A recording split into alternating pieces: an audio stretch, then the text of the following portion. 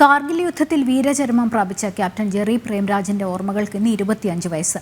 രാജ്യത്തിനു വേണ്ടി ജീവൻ വെടിഞ്ഞെങ്കിലും തങ്ങളുടെ മനസ്സിൽ ജെറി ഇന്നും ജീവിക്കുന്നുവെന്ന് അമ്മ പറയുന്നു. ദ്രാസിലെ ടൈഗർ ഹിൽസ് തിരിച്ചുപിടിക്കാനുള്ള പോരാട്ടത്തിനിടെ 1999 ജൂലൈ 7-നാണ് ക്യാപ്റ്റൻ ജെറി പ്രേംരാജിന് ശത്രുപക്ഷത്തിന്റെ വെടിയേറ്റത്.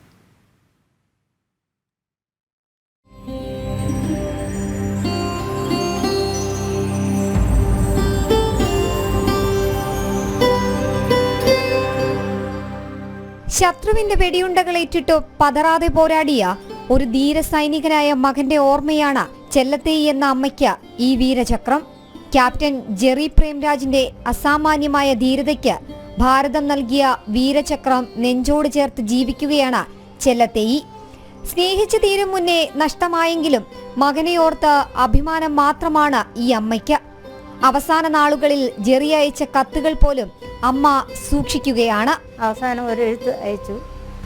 അതിൽ എഴുതിയിരുന്ന അമ്മയപ്പായും എന്നെ ഓർത്ത് വിഷമിക്കരുത്, നിങ്ങൾ അഭിമാനിക്കണം, ഞങ്ങൾ ശത്രുക്കളെ ഓട്ടിച്ചിട്ട് ഞങ്ങൾ എത്രയും പെട്ടെന്ന് തിരിച്ചു വരും, നിങ്ങൾ അതിനു വേണ്ടി പ്രാർത്ഥിക്കണം എന്ന് പറഞ്ഞാണ് ഒരു എഴുത്ത് അവസാനം കിട്ടി. അപ്പോൾ അതിൽ കിട്ടിയപ്പോൾ തന്നെ ഞങ്ങൾക്ക് വലിയ വിഷമം തോന്നി. എന്തോ ഒരു സംഭവിക്കാൻ പോകണം എന്നുള്ള ഒരു അങ്ങനെ. ജൂലൈ 7-ാം തീയതി രാവിലെ വെളുപ്പിലെയാണ് മരിക്കുന്നത്. ഇപ്പോഴും അവൻ്റെ ഓർമ്മയിൽ രാജ്യത്തിന് വേണ്ടി മരിച്ചതുകൊണ്ട് അഭിമാനിക്കുന്നു. നഷ്ടമാണ്, സങ്കടമുണ്ട്, എന്നാലും രാജ്യത്തിന് വേണ്ടി എന്ന് പറഞ്ഞ് അഭിമാനിക്കുന്നു. ബിരുദം 1-ാം വർഷം പഠിക്കുമ്പോൾ വ്യോമസേനയിൽ ജോലി കിട്ടി. 6 വർഷത്തെ സർവീസിന് ശേഷം ഇഷ്ടമേഖലയായ കരസേനയിൽ ഓഫീസർ. 1999 ഏപ്രിൽ 29-ന് വിവാഹം. മധുവിധ തീരും മുൻപേ ഓപ്പറേഷൻ വിജയുടെ ഭാഗമായി കാർഗിൽ യുദ്ധമുഖത്തേക്ക്. ആ യാത്രയെ അമ്മ ഓർക്കുന്നതിങ്ങനെ. ഏപ്രിൽ 99 കല്യാണം നടന്നു. അവധിയിലിരിക്കുമ്പോഴാണ് അവിടെ നിന്ന് ഫോൺ വന്നു, ജെറി ഉടനെ വരണം, ഫാമിലിയെ കൊണ്ടുവരണ്ട, ഒറ്റയ്ക്ക് വന്നാൽ മതി. അങ്ങനെ ഇവിടെ നിന്ന് ജൂൺ 3-ാം തീയതി നേരെ കാർഗിലാണ് പോയത്.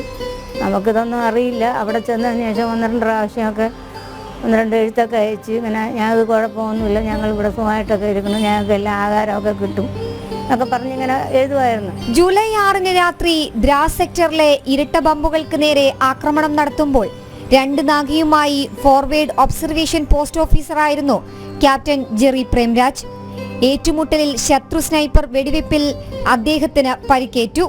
തളരാതെ ശത്രുക്കളുടെ കനത്ത വെടിവയ്പ്പുകൾക്കിടയിലും അദ്ദേഹം ഭാരതാംബയെ കാത്തു. ഗുരുതരമായി പരിക്കേറ്റിട്ടും ഭാരതം എന്ന വികാരം മാത്രമായിരുന്നു ആ മനസ്സിൽ.